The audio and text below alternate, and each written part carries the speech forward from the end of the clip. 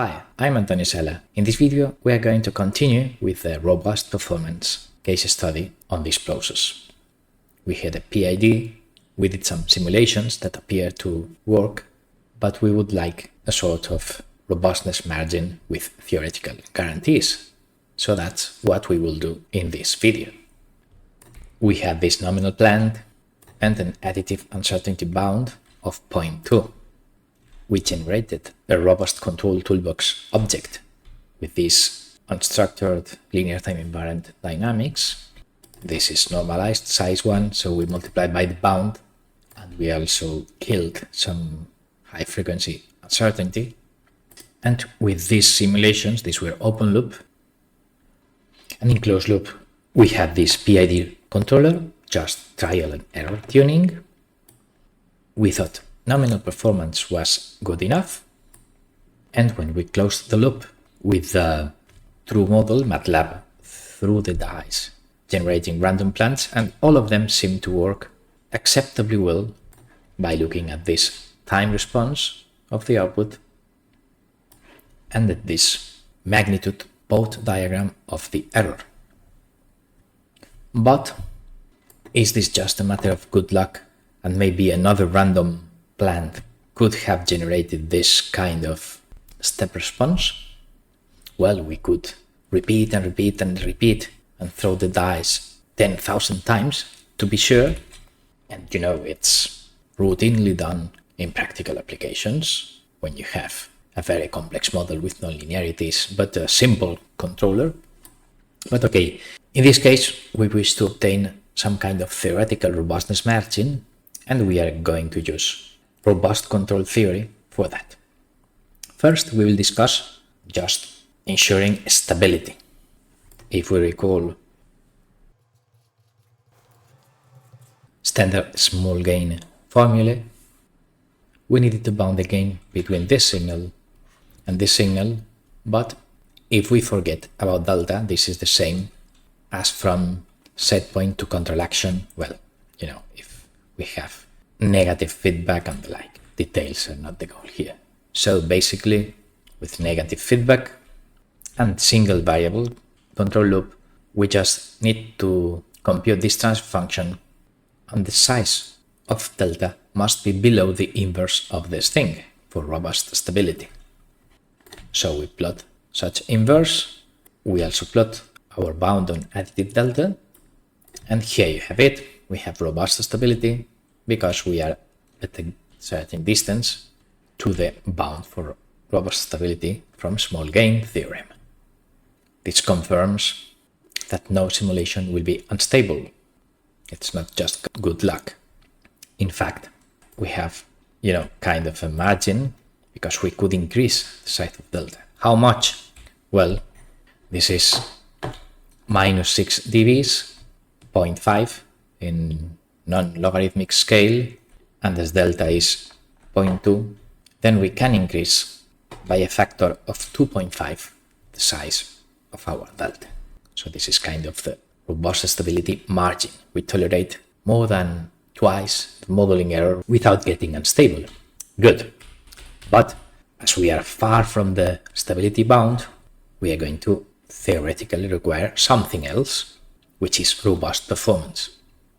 So, closed loop error magnitude both diagram is the blue line with our PID, and with this make weight we will get a low frequency value of 0.01 minus 40 dB, a high frequency value of 1.8, and the bandwidth crossing 0 dBs of 0.85 radians per second.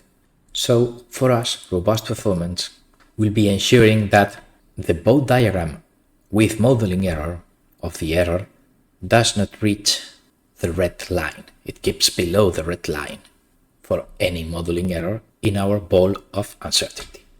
So if we can prove that, then we will say that for our particular problem, we have a robust enough performance. I mean, robust stability means that the error is below infinite, but in this case, we set a finite bound, and we decide that we are happy if the error does not touch the red line Of course, this is problem dependent. We might be just more lax and get this another red line, or we may require a very close behavior compared to the nominal thing. Okay, the closer to the blue thing, the more difficult will be to guarantee. So this will be our definition of robust performance as an envelope, let's say, in frequency. That's what the theory of H-infinity stuff deals with. We cannot set an envelope in the time domain. But okay, with this definition, we will try to apply this theorem, proving that something without the uncertainty has norm below 1, so we need to compute P. In a general case, we will define this generalized plant in which we will have some uncertainty above it, a controller below it, and of course, if we close the lower loop, we will be in conditions of applying this result. So let's go. Let us compute this generalized plant. Instead of writing my model like this, I will write my model as follows. Nominal plant G, summation in here, but I will do two things. First, flipping delta so that its input enters at the right hand side of it. Why? Well, we need to draw it like in this diagram. Second, I will have a standardized delta bound by 1, and then I will multiply by 0.2 afterwards. This is the same as an uncertainty of size 0.2, you know, something enters through an uncertainty whose worst case gain is 1, and then if I multiply by 0.2, the worst case gain of this everything will be the non-standardized 0.2 uncertainty. But okay, we express it this way because, you know, scaling so that we are comparing to 1 is the way to go in H-infinity multivariable problems. So here we have the uncertain plant, and then in here we need now the exogenous variables, and in here block 2 will be the things we wish to make small in feedback. As we are doing set point tracking, the exogenous variables will be just the reference, and the thing we will wish to make small will be the loop error. Last, third input must be the controller output, and third output must be the information to the controller. In this case, we will do a 1 degree of freedom control so that we feed the error to the controller, and this will be the control action. So we will name this as the generalized plant, and we will introduce some weights because we will assume that the size of the set point has a given value. So we'll have a standard reference of size 1, and we multiply by this weight, and we would like the error to be below a given template. This red line we commented in the video. So the weight must be the inverse of that template, because when this weighted error is less than 1, it will mean that the actual error will be less than the template. So we encircled in cyan color what we will call the weighted generalized plant. Good. Which are the equations of the non-weighted generalized plant? Well, its input will be, I will call Q, the thing that the output of the uncertainty. This is Q. I will call that M, just like here. So the inputs will be Q, R, and U. The outputs will be M, error, and a copy of the error. Actually, I will call Q the input to the generalized plant, not to the weighted one. Then what is M? Well, M is actually the control action. The error is the set point, 1 times the reference, minus Q, minus G times control action U. So here we have the transfer function matrix of this generalized plant. So we now jump to Matlab and put that matrix. And now what's the weighted generalized plant? We'll have some input weights, which are 0.2 reference weight and just 1 from the controller. So this will be the bound delta, the weight of the reference that we have fixed to 1. Let us put it clearly. And we will have output weights of 1 in signal M, of the inverse of the template in the error, and 1 in the information to the controller. Here we have it.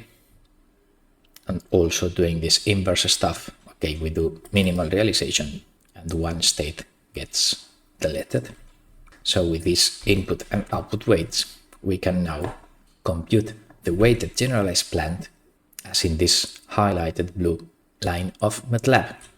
In this way, we have computed a minimal state representation of the block diagram inside the cyan shape. So now we have this, and in order to apply this theorem, we just need to close the loop of the 3 subcomponent, and that will be P. So this is it, we close the lower loop, and we have this, it's this capital P here, and this theorem says that if the infinity norm of this thing is less than 1, then we have proved robust performance. However, if I compute such norm, we get 2.11, so we cannot guarantee that the level of performance is below the required template. But if I plot it, it is actually below the red template we defined earlier. So what happens? Well, let us try one trick. If we recall this diagram, rubbish of size 0.2 has been represented as rubbish of size 1 times again 0.2 at the output of the uncertainty. But I might consider that I would also generate uncertainty of size 0.2 if I multiply my input by 0.2 and then I pass it through rubbish of size 1. So indeed, this is a sort of alternate but equivalent way of representing delta.